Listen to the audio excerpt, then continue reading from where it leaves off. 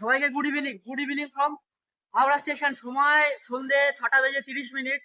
আর এখান থেকে এখন রওনা দিল কামরূপ এক্সপ্রেস। আর আমার গন্তব্য হচ্ছে আজকে খাগড়াঘাট রোড। আর এই জার্নির প্রতিটা মুহূর্ত আমি তুলে ধরবো আপনাদের সাথে। পুরো ব্লগ দেখতে থাকুন।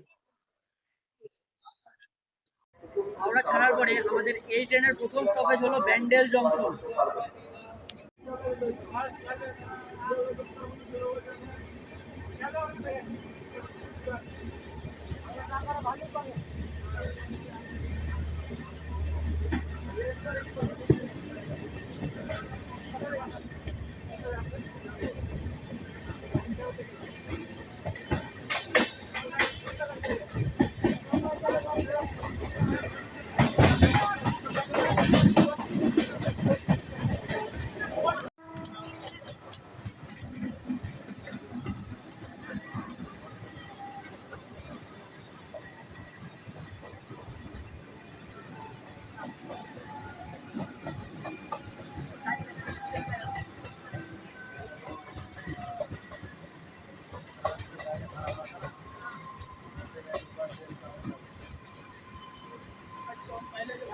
হাওড়া থেকে জার্নি শুরু করে 38 কিলোমিটারের জার্নি শেষ। এই মুহূর্তে আমরা পৌঁছে গেছি আমাদের যাত্রাপথের প্রথম হল্ট ব্যান্ডেল জংশন, যা স্টেশন কোড BDC।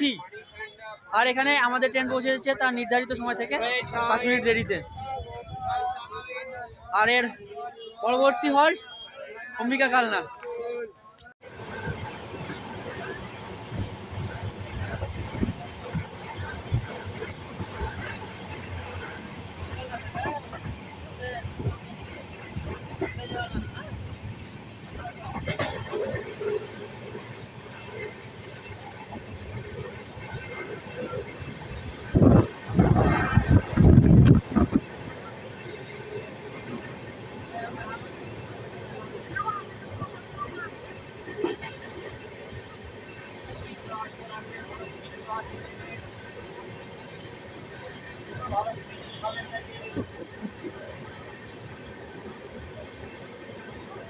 ঘড়ি কাটার সময় 8:16।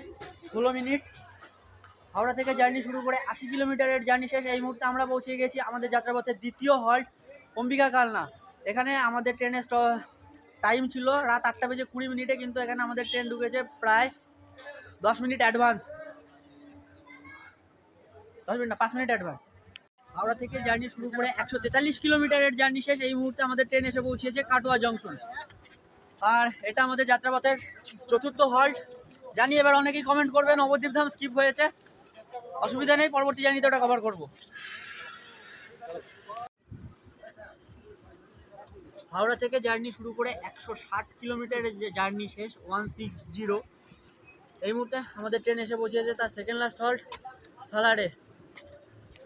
ঘড়িতে সময় 10:10। 10 মিনিট আগেই পৌঁছে গেছি খাগড়াঘাট রোড রেল স্টেশন। আর খাগড়াঘাট থেকে যারা ভিডিওটা দেখছো তাদের সবাইকে হাই।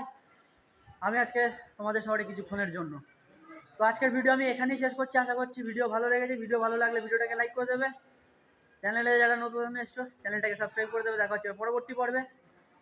ততক্ষণের জন্য সব গুড নাইট।